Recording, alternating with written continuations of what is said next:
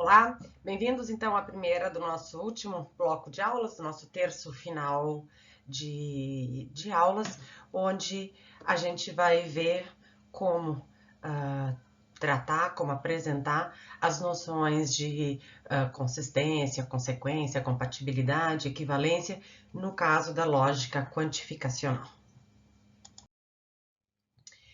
Vamos lembrar o que nós vimos da lógica, na lógica proposicional.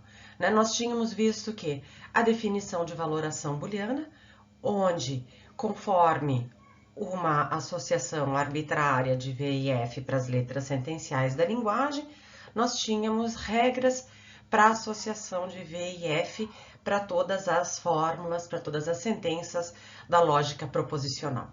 E em seguida, nós definimos, né, a noção de modelo verifuncional ou modelo proposicional, onde a gente dizia que uma valoração booleana é modelo de um conjunto, modelo verifuncional de um conjunto de sentenças, se somente se aquela distribuição de V e F para as letras sentenciais, obedecendo às regras da definição de valoração booleana, atribui V para toda sentença desse conjunto gama.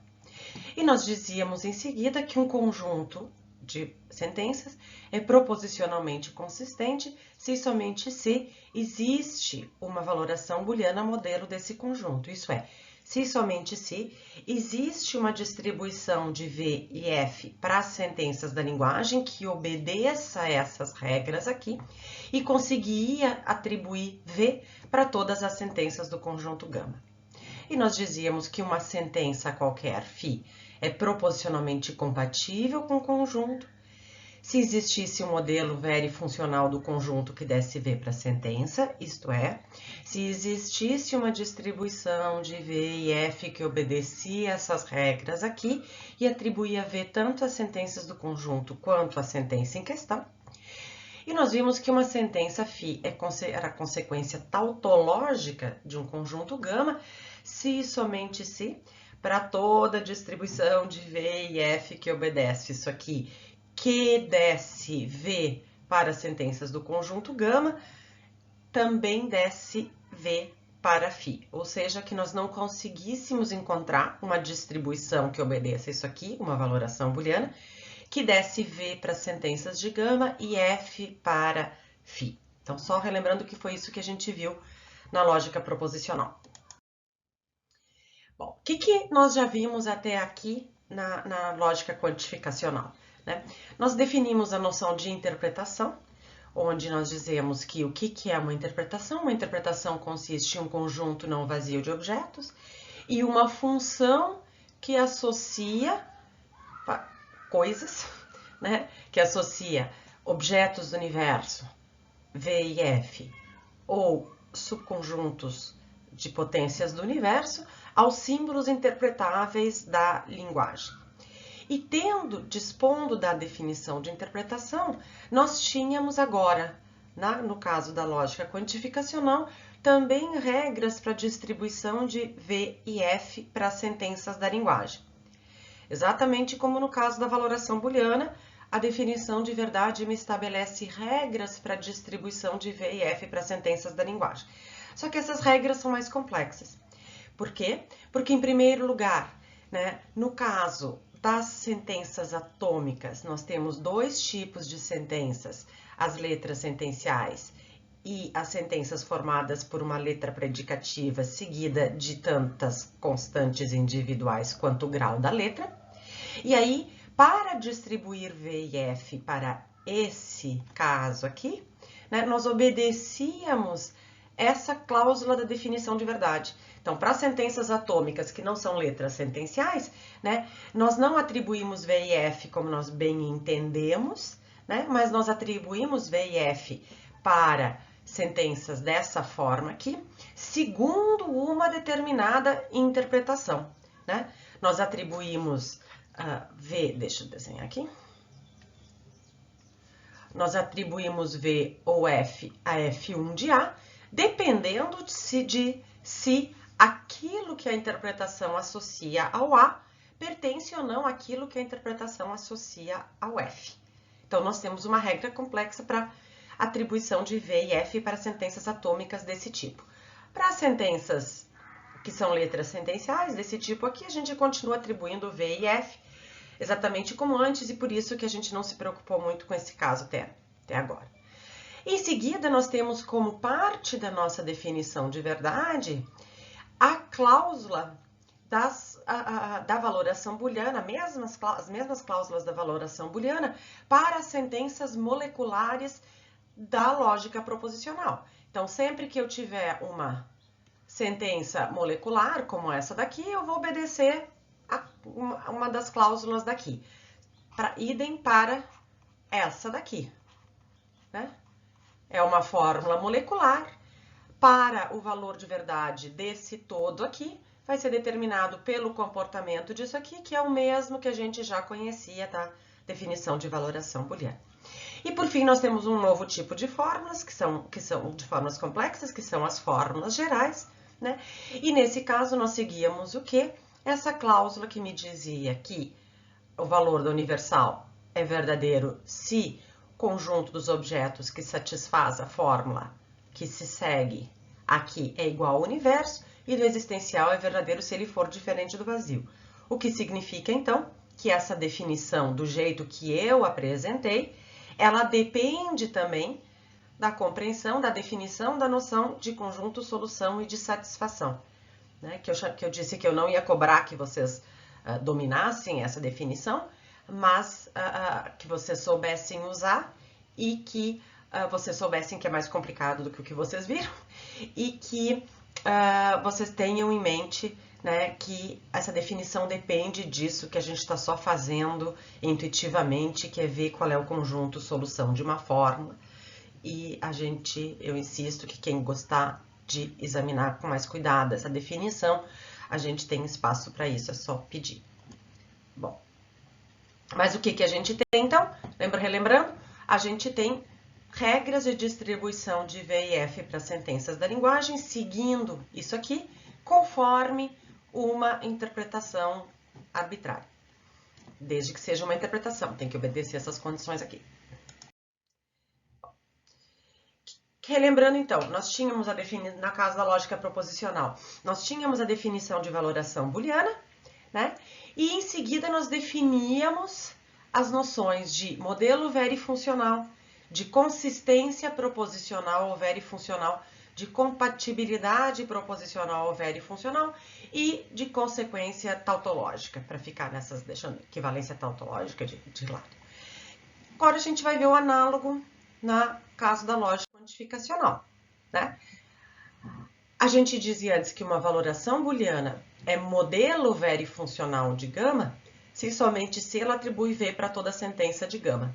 Agora nós vamos especificar o que significa falar em uma interpretação que é modelo.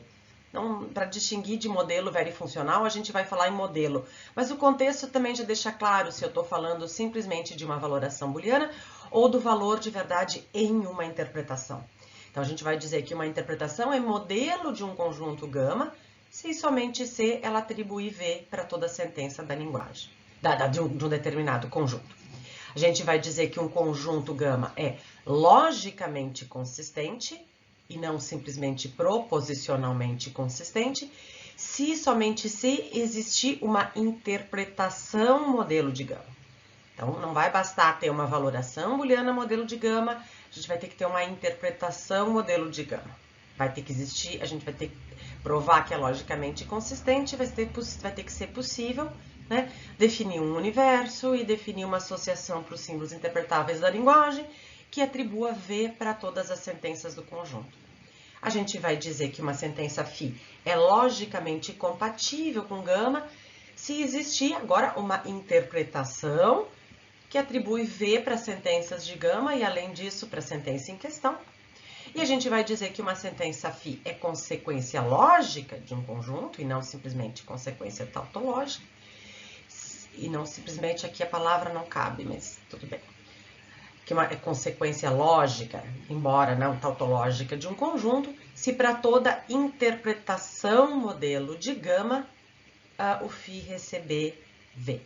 A gente vai ver mais para o final como é que a gente relaciona essas duas, como é que a gente aplica essas duas aqui. A gente vai ver que há um sentido no qual a gente vai poder continuar usando isso aqui na lógica quantificacional. Mas isso eu vou deixar mais para o final. Primeiro vamos ver essas noções aqui, como é que elas funcionam passo a passo, uma de cada vez. Bom, então, vamos relembrar o que a gente tem. Eu vou insistir nisso, porque é isso que a gente vai começar a treinar, principalmente hoje. Eu tinha regras para distribuição de V e F que obedeciam à definição de valoração booleana. Agora, para ter um modelo, eu tenho um número maior de regras que eu tenho que obedecer. E essas regras, em particular, isso aparece aqui, né? Fazem referência a uma interpretação. Então, eu preciso combinar essas duas definições, né, para saber em que condições uma sentença ou conjunto de sentenças seria verdadeiro. E é o que a gente estava treinando nas últimas 2 aulas antes da prova. A gente estava treinando ler que exigências, em que situações as fórmulas seriam verdadeiras, né? O que a gente tinha, para pegar um exemplo bem simples? A gente via, por exemplo, bom, em que condições F1 de A e existe X, G1 de X é verdadeiro. Bom, a gente, mesmo sem saber se é verdadeiro ou falso, a gente sabe que para que isso aqui seja verdadeiro, os dois lados têm que ser verdadeiros. Como é que a gente sabe disso? Por causa dessa cláusula aqui.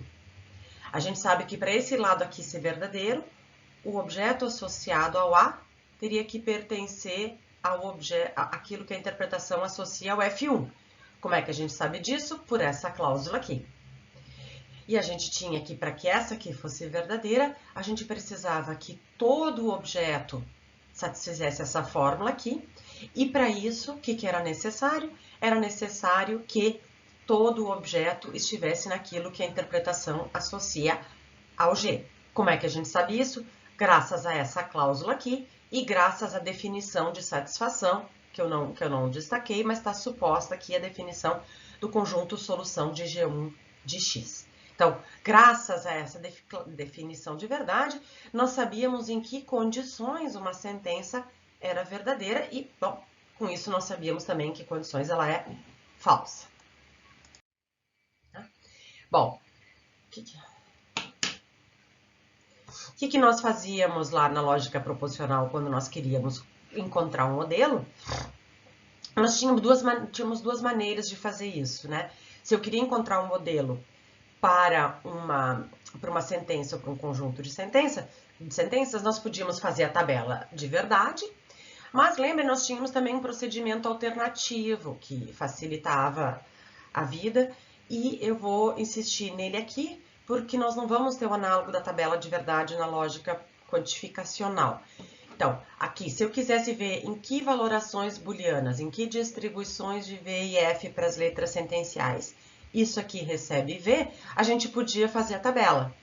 Mas a gente podia também, né, simplesmente testando o que a gente conseguia, né? A gente testava, ó, vou tentar dar V aqui. Para a implicação da V, basta o antecedente ser falso ou o consequente ser verdadeiro. Bom, já ficou fácil. Então, eu sabia que se eu atribuísse para o P F, bom, e qualquer outra distribuição para as demais letras sentenciais, eu teria uma interpretação que verifica, uma valoração booleana, bom, é também uma interpretação, uma valoração booleana que verifica essa sentença aqui. Se eu tentasse fazer o meu segundo exemplo, vou tentar dar V aqui. Para isso, eu teria que dar V dos dois lados. Mas pela definição de valoração booleana, para dar V para não P, eu teria que dar F para o P. Como eu não tenho como dar V e F para o P ao mesmo tempo, essa sentença aqui era proposicionalmente contraditória. Ela não é verdadeira em nenhuma valoração booleana. Nós podíamos também ver em que condições um conjunto de fórmulas são todas verdadeiras ao mesmo tempo. Então, a gente podia ou fazer a tabela para esse conjunto de fórmulas ou tentar dar V aqui. Eu começo pelo não B, que é mais fácil. para que o não B seja verdadeiro, o valor do B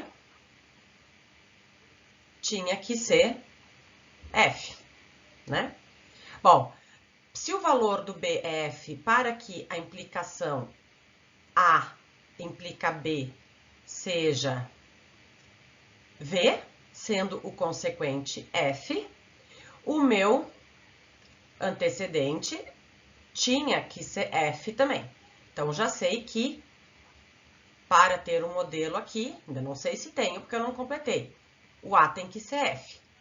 Bom, por fim, para minha última sentença aqui, CV, sendo o A F, o que tem que acontecer? O C tem que ser V. Né? Mas agora faço a prova dos 9 para ver se está tudo certinho mesmo. Se deu certo, em princípio eu encontrei um modelo desse conjunto aqui. O que eu tenho? AF, BF, aqui vai dar V. BF, aqui vai dar V. AF, CV vai dar V, aqui dá V. Então, eu encontrei um modelo verifuncional desse conjunto. Ok? Bom, se nós queríamos ver, por exemplo, a compatibilidade dessa sentença aqui, eu podia ver, bom, será que eu consigo dar V para o não C? Bom, já sei que se esse aqui era a única interpretação para as letras A, B e C que dava verdadeiro para todas as sentenças desse conjunto, eu sei que eu não consigo dar V para não C, portanto, não C é incompatível com esse conjunto. E analogamente, né, se nós queríamos testar a consequência, nós tínhamos que ver se era possível falsificar a fórmula ou não. Tendo isso em mente, vamos ver agora o que acontece na lógica proposicional. Primeira coisa que a gente tem que fazer, então, é continuar com base no que a gente estava vendo, treinar em que condições uma fórmula é verdadeira ou falsa e treinar, encontrar interpretações nas quais a fórmula é verdadeira e interpretações nas quais a fórmula é falsa. E a mesma coisa no caso de conjuntos de fórmulas. Então, vamos ver rapidamente um exemplo de uma fórmula e um exemplo de um conjunto de fórmula. Um exemplo do tipo de coisa que a gente vai estar fazendo a partir de agora. Vamos considerar essa fórmula aqui. E vamos procurar primeiro uma interpretação, ver se tem e tentar definir uma interpretação na qual ela receba, na qual essa fórmula receba verdadeiro. E para isso a gente vai usar o que a gente vem vendo nas últimas aulas. Para que essa fórmula aqui dê verdadeiro, eu preciso que essa aqui dê verdadeiro e que essa aqui dê verdadeiro. Para isso eu preciso o quê? Eu preciso que aquilo que a interpretação associa ao conjunto G seja igual ao universo. E eu preciso que aquilo que a interpretação associa ao A pertença àquilo que a interpretação associa ao F. Se isso acontecer, se essas duas coisas acontecerem, eu tenho uma interpretação que verifica o conjunto. Se essas duas coisas não acontecerem, as duas, né, se pelo menos uma delas não acontecer, eu tenho uma interpretação na qual a sentença é falsa. Bom, com base nisso agora eu posso, vamos fazer primeiro uma na qual a sentença receba verdadeiro. O que eu vou ter que fazer? Eu vou ter que especificar um universo, que não pode ser vazio, vai ter que ter pelo menos um objeto. Eu vou pegar aqui um simplesinho, vou pegar estrela. Por enquanto, pelo menos um tem que ter, ok? Em seguida, o que a gente vai ter que destacar aqui? Eu vou ter que interpretar o A, vou ter que interpretar o G e vou ter que interpretar o F, tá? Bom, e lembrem, eu estou com verde aqui, estou tentando fazer uma interpretação na qual essa aqui dá verdadeiro. Para isso, eu tenho que obedecer essas condições. O que eu tenho que fazer? Eu tenho que colocar tudo no G. Então, bom, se eu ficar com um objeto só, esse objeto tem que estar no G. Bom, o A que é uma constante individual, tem que nomear um objeto do universo, se eu ficar com o meu universo pequenininho de um só, eu tenho que fazer ele nomear esse objeto aqui. Bom, e para esse lado aqui também da verdadeira, o que eu tenho que fazer? Eu tenho que colocar o A no F. Bom, vamos olhar se deu certo essa minha interpretação idiota aqui. O que eu tenho? Se eu terminasse essa interpretação aqui, eu teria que o universo todo, que é um único objeto, está no G. E eu teria que o A, que é o estrela, está no F. Claro, ela é uma interpretação muito sem graça. A gente pode pensar em interpretações mais interessantes. Vamos pegar como interpretação, por exemplo, eu poderia ter um I barra, aqui, onde o meu universo é dos números naturais, onde I de A é igual a 0, onde I de F1, bom, eu quero que o A esteja no F, então eu vou fazer seu conjunto dos pares. E o meu I de G1, bom, é que eu não tenho escolha. Se eu quero ter um modelo desse conjunto, tudo vai ter que estar no G, vai ser igual ao universo. Tá? É uma interpretação mais interessante. Tá? Uma observação. A maioria de vocês vai ser tentado a sempre fazer interpretações interessantes. Claro, é muito mais interessante. No entanto, aqui a gente está considerando uma sentença só e bem facilzinha. Por isso foi fácil pegar uma interpretação interessante. A gente vai ver que não vai ser sempre assim. Então, eu insisto que vocês não se preocupem em construir interpretações interessantes. Peguem interpretações com poucos objetos no universo e criem as interpretações, assim, digamos, sob medida para o que vocês precisam, sem se preocupar em elas serem o conjunto dos pares, ou dos ímpares, ou dos seres humanos. Façam alguns interessantes para treinar, mas não se preocupem com isso. Vocês vão ver como é que eu vou fazendo os exemplos e vocês vão entender o que eu quero dizer com isso.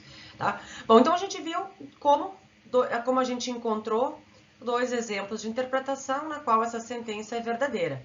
Mas não seria difícil a gente encontrar exemplos de interpretação na qual essa sentença é falsa, né? Vamos ver agora o que vamos no outro slide, vamos ver o que aconteceria nesse caso. Bom, a gente tinha visto, então, que para que essa sentença seja verdadeira, né, as condições de verdade dela são algo como tudo é G e A é F. Bom, qualquer interpretação na qual isso não aconteça, vai ser uma interpretação na qual essa sentença é falsa. Então, se eu pegar, não sei, por exemplo, como universo, 1, 2, 3. Vamos testar. Às vezes tem que aumentar o universo, diminuir sem identidade nunca tem. A gente pode voltar a esse ponto mais adiante, mas, enfim, às vezes a gente tem que aumentar o universo. Isso vai ficar claro ainda um pouco mais adiante. Eu tenho que interpretar o A tem que ser um objeto do universo, sei lá, vamos tentar o 3, às vezes a gente tem que mudar, mas tudo bem, vamos tentar o 3. I de F1, bom, basta eu não colocar o 3 no F1, que pronto, já deu. Agora eu posso até fazer o G ser, seja lá o que for, ele até pode continuar sendo o universo, né? Não precisa ser, mas pode ser. O que acontece? Como o 3 não está no conjunto F, F1 de A é falso, portanto, essa sentença como um todo é falsa. Né? Então, basta a gente ler a sentença, ver em que condições ela seria verdadeira, a gente também automaticamente com isso já sabe em que condições ela seria falsa. Bom, a gente pode também considerar conjuntos de sentenças e tentar ver em que condições conjuntos de sentenças são verdadeiros. Aí a coisa começa a ficar um pouquinho mais complexa, mas também mais interessante. Vamos ver então o que acontece com esse conjunto, como é que a gente faria isso aqui. Tá. O que eu quero? Eu quero agora encontrar uma interpretação. Vamos tentar encontrar uma interpretação na qual essas duas fórmulas sejam conjuntamente verdadeiras. Essa aqui a gente já viu o que ela expressa, né? Deixa eu só anotar aqui. Ela expressa G igual ao universo e A pertence a F. O que eu quero dizer com isso? Né? A barrinha é para resumir. Aquilo que a interpretação associa a G tem que ser igual ao universo. Aquilo que a interpretação associa ao A tem que estar dentro daquilo que a interpretação associa ao F. Essa fórmula seguinte, a gente também, aqui, bem a importância das últimas aulas sobre leitura de fórmulas, que eu tenho, a gente sabe que universal com implicação expressa que o que satisfaz o antecedente é subconjunto dos objetos que satisfazem o consequente. O que é o conjunto dos objetos que satisfaz o antecedente aqui? É dado direto pela interpretação, é aquilo que I associar a F, e essa sentença expressa que esse conjunto F é subconjunto. E agora, o que é expresso por R do... Aqui tá errado, tá? Mas eu não vou fazer de novo aqui, R2. Por R2 de BX é o conjunto das imagens daquilo que a interpretação associa ao B naquela relação que a interpretação associa ao R, tá? Então, escrito de modo vago isso aqui, um outro modo de expressar a mesma coisa, né? Todo F, ou tudo aquilo que está no que a interpretação associa ao F, é imagem de B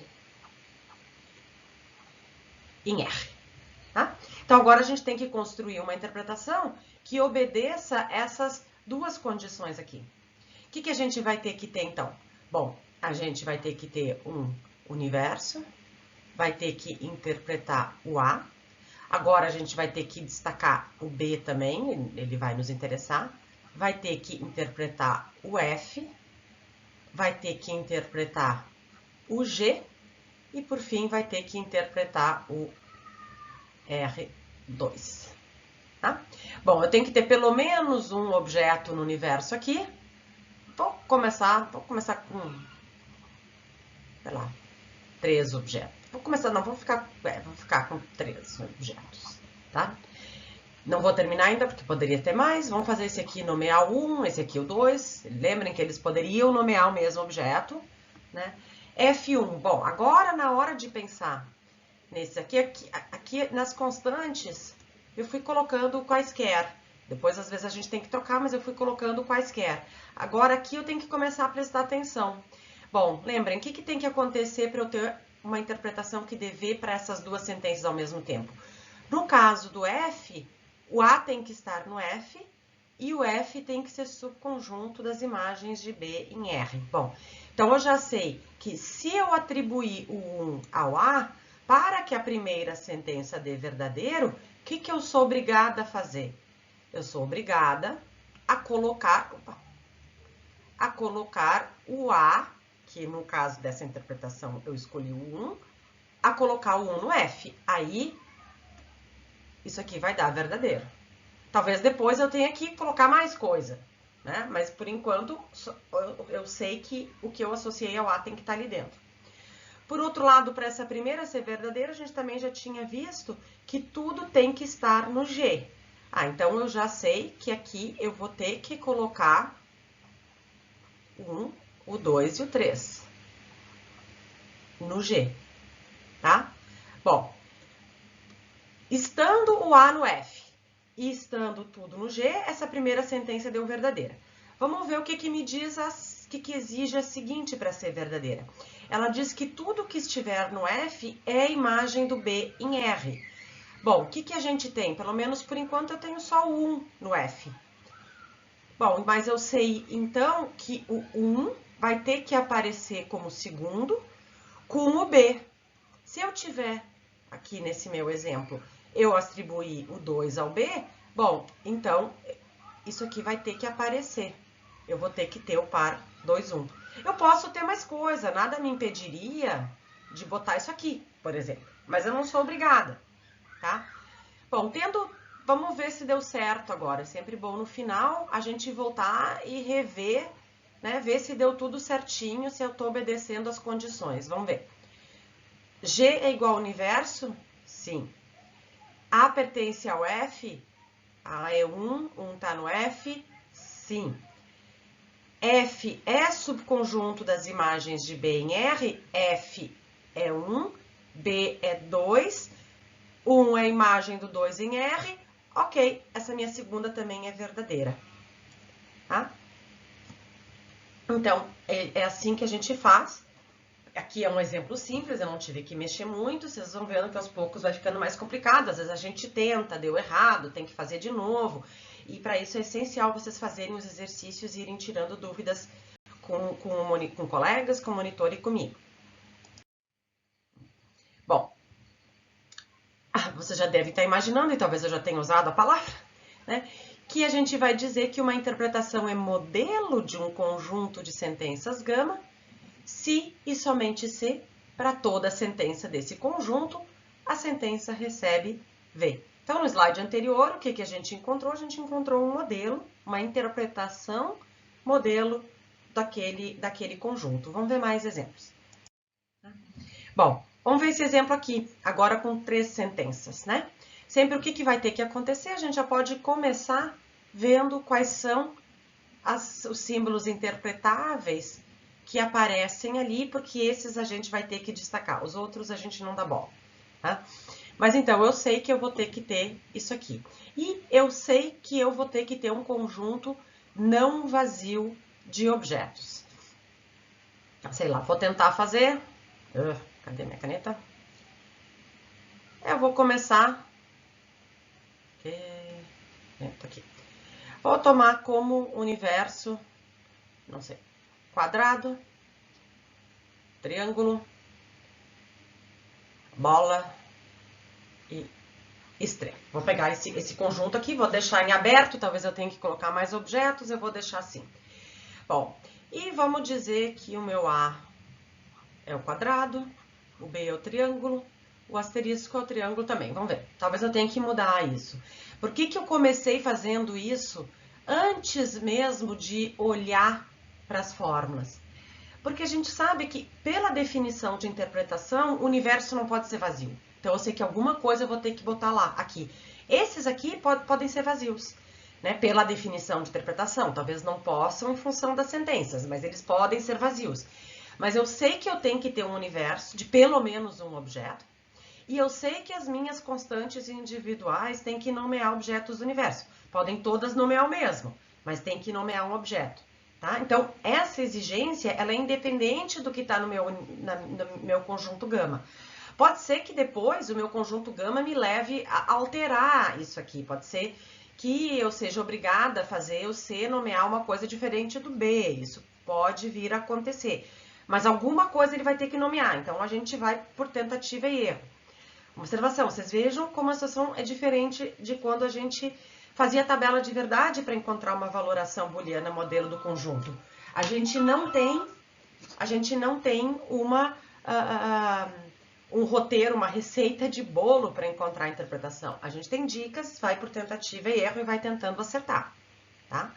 Bom, vamos ver agora, então, quais são as exigências feitas pelo nosso conjunto para termos um modelo desse conjunto. O que me diz a primeira sentença? Não P1 de A, ou seja, o objeto associado a A não pode pertencer àquilo que a interpretação associa ao P.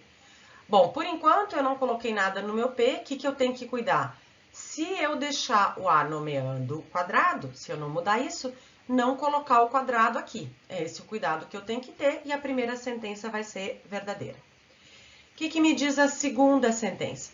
A segunda sentença me diz que o par CB, isto é, par formado pelo objeto associado ao C e associado ao B, tem que pertencer ao R. Ok? E, além disso, tem que existir um objeto que seja imagem do B. Lembrem? Ou, dito de outro modo, o B tem que pertencer ao domínio de R. O B tem que aparecer primeiro uma vez com algum objeto qualquer, tá? Ou seja, e, vamos dizer assim, B pertence ao domínio de R. Tá? Lembrem, essas condições elas podem ser expressas de outras maneiras. Vocês podem, ao invés de pensar em A pertence a P, simplesmente pensar em A é P. Nenhum problema, tá? Não importa, o que importa é que vocês saibam ler e reconhecer em que condições a sentença é verdadeira ou falsa. Bom, essa aqui, então, essa sentença aqui, agora já me faz algumas exigências sobre o que eu tenho que fazer para ela ser verdadeira. O par que eu associei ao C e o B vai ter que estar em R. Bom, aqui eu tinha associado triângulo e triângulo. Bom, vamos tentar colocar, então, para aquilo ali dar verdadeiro, triângulo, triângulo. Lembrem-se, eu posso ter que ser levado a mudar isso. Vamos, né? Não, mas a gente vai começando assim. Ops, ficou feio. Não sei porque eu tô preocupado com esse triângulo quando tudo fica feio, mas tudo bem. Além disso, para que essa segunda sentença seja verdadeira, além do par formado pelo C e pelo B estarem em R, além disso, o B tem que pertencer ao domínio... Ah, aqui eu fiz errado, tá? É S, né? Desculpem. O B tem que pertencer ao domínio de S. Ah, não vou refazer o slide de novo, desculpe. A próxima vez faço melhor. Tá? O B tem que pertencer ao domínio de S. Isso significa o quê? Que eu vou ter que ter, né, um par onde o B aparece como primeiro, tá? O B, se eu deixar o B triângulo, ele tem que aparecer aqui. Com o quê? Não sei, vai ter que aparecer alguma coisa. Bom, vamos tentar botar o quadrado aqui. Depois, se for necessário, a gente troca, mas, né, vamos ver o que acontece aqui. Vamos tentar deixar assim. Com isso, eu teria que a segunda sentença é satisfeita, tá? Vamos ver se tendo feito essas alterações, isso mudou alguma coisa aqui quanto à satisfação da primeira sentença. Não. O A continua no P, bom, não tem nenhum problema, ok. O que me expressa a terceira sentença, né? A gente já está acostumado a ler sentenças desse tipo. Ela diz que P é subconjunto das imagens de A em R, ou outro modo de dizer a mesma coisa, todo P, desse jeito frouxo de falar, é imagem de A em R, tá? Bom, o que isso exige que eu faça? Que se eu colocar alguma coisa no P, ele vai ter que ser a imagem do A em R. Bom, nessa minha interpretação aqui, eu não tinha colocado nada no P, vamos tentar deixar ele vazio. Vazio é subconjunto de qualquer conjunto, né? Vamos tentar deixar ele vazio e vamos ver se dá certo, né? Porque lembrem, essa sentença aqui, ela não diz que tudo está em P e tudo é imagem do A e R. Na verdade, ela não diz que qualquer coisa está em P. Ela diz que para qualquer objeto, se estiver em P, será a imagem do A em R, tá? Bom, vamos ver, vamos confirmar agora, vamos fazer de novo passo a passo, vamos ver. A primeira, o A, que é quadrado, tá no P? Não, então a primeira deu verdadeira. O par CB pertence ao R? CB pertence ao R. B tá no domínio de S? B é triângulo, triângulo tá no domínio de S. Todo P é imagem do A em R? Sim, todo P, a saber, nenhum é imagem do B em R, do A em R. Bom, tá, ok. Eu encontrei uma interpretação modelo do conjunto. Ok? Vamos ver um segundo exemplo, tá? Vamos pegar esse conjunto de fórmulas aqui. E vamos lembrar, lembrem-se, a gente começa, eu tenho que ter pelo menos um objeto no universo. Vou colocar o 1 aqui. Eu vou ter que interpretar o A a gente já sabe, o A vai ter que designar um objeto do universo. Se eu ficar com um objeto só no universo, eu não tenho muita escolha, ele vai ter que nomear um. Poderia colocar mais objetos, mas vamos começar com um pequenininho. Vamos ver o que me diz a primeira sentença. O que a gente tem? A gente tem um universal com biimplicação. A gente já sabe que essa fórmula expressa que o conjunto solução disso aqui é igual ao conjunto solução disso aqui. Qual é o conjunto solução disso aqui? É o H, é dado direto pela interpretação, é aquilo que a interpretação associa a H1.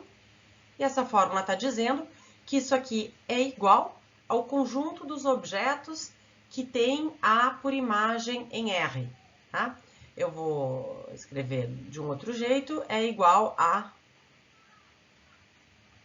objetos que vêm A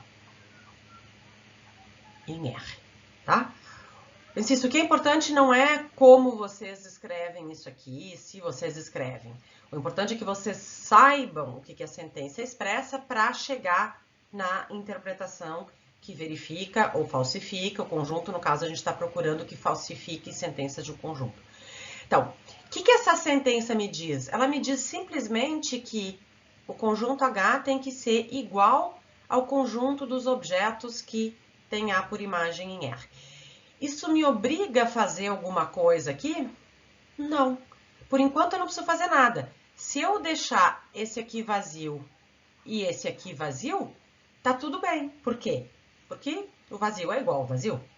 E eu até poderia ter alguma coisa no R, né? Se eu colocasse, por exemplo, se eu tivesse um outro objeto aqui no universo e eu colocasse aqui, por exemplo, esse par, eu poderia continuar deixando o H vazio. Por quê?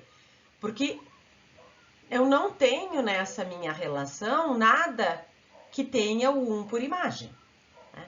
Mas se por alguma razão eu colocasse, por exemplo, o par 2, 1, bom, agora eu seria, para que essa aqui fosse verdadeira, eu seria obrigada a colocar o 2 no H.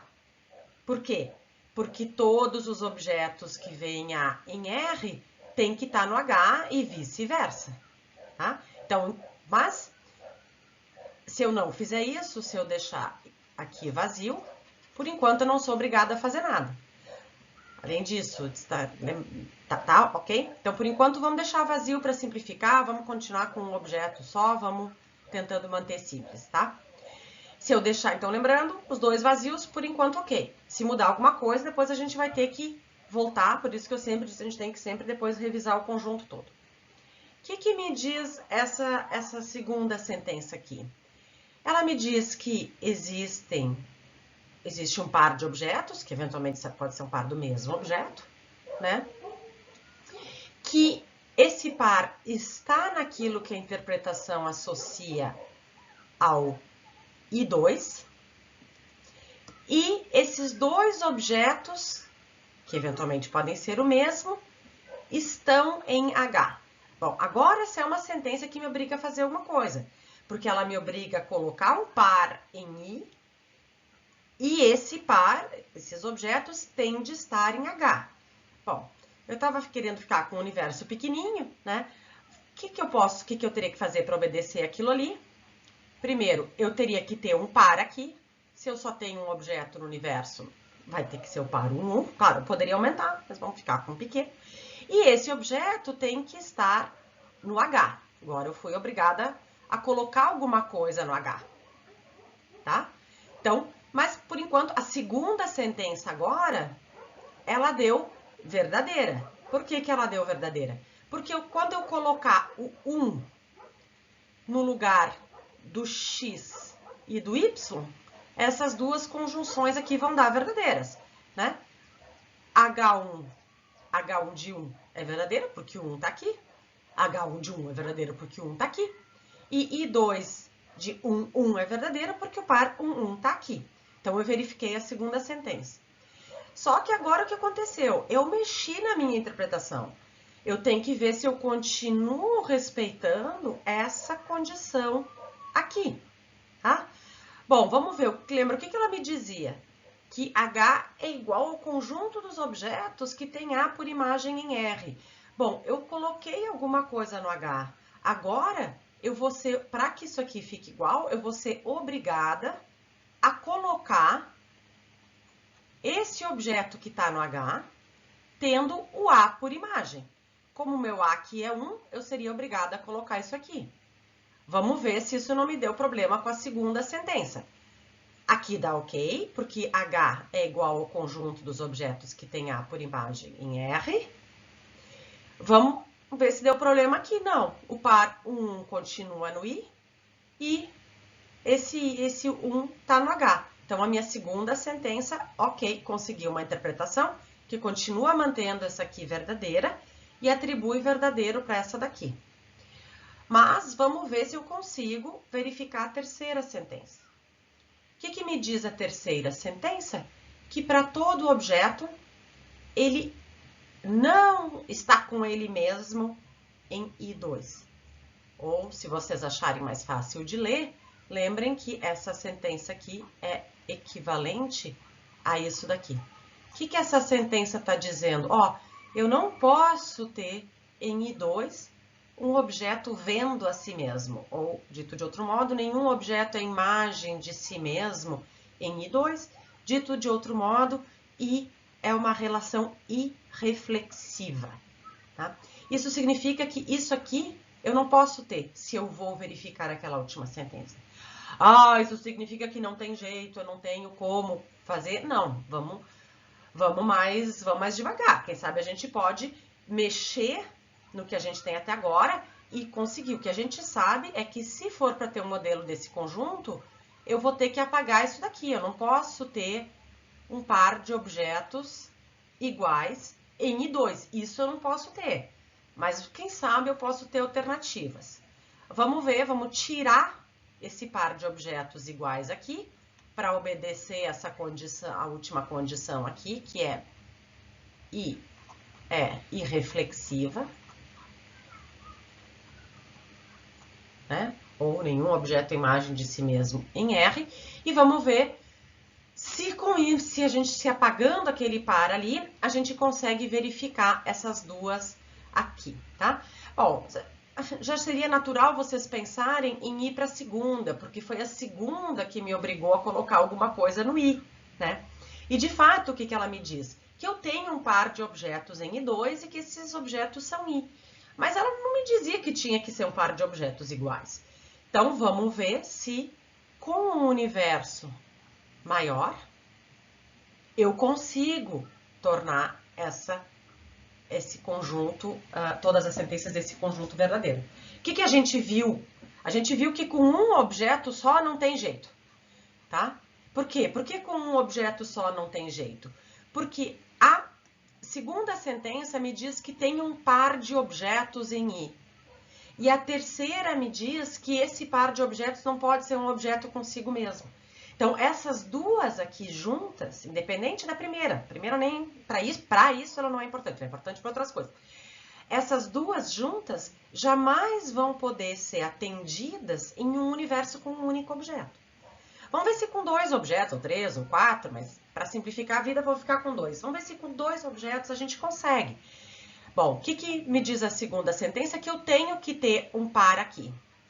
Eu tenho que ter um par de objetos aqui. E pela terceira eu sei que não pode ser igual, por isso que eu aumentei o meu universo. Além disso, essa minha segunda sentença diz que que os 2 elementos do par de objetos que estão em I devem estar em H. Bom, então eu tenho que colocar o 2 aqui. O que eu consegui agora? Eu consegui dar verdadeiro para a segunda, porque eu tenho um par de objetos em I e um par de objetos que são H. Quando eu colocar o 1 no lugar do X e o 2 no lugar do Y, essas duas conjunções vão dar verdadeiras, todos esses conjuntivos aqui vão dar verdadeiros. tá? E além disso, eu estou obedecendo essa condição aqui, que me diz que não existe um par que vê a si mesmo em R. Só que a gente mexeu na interpretação, agora a gente vai ter que revisar tudo de novo no começo. O que me dizia a primeira sentença? Que o conjunto H é igual ao conjunto dos objetos que veem A em R. Bom, o 1 está no H.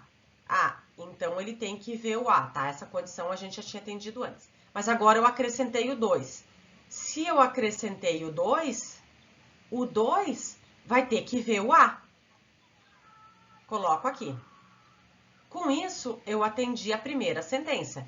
Eu tenho que, se eu pegar o conjunto dos objetos que tem A por imagem, é o 1, é o 2, ele é exatamente igual ao H. Então, a primeira está ok. Mexi na interpretação, tem que ver se essas duas permanecem sendo verdadeiras.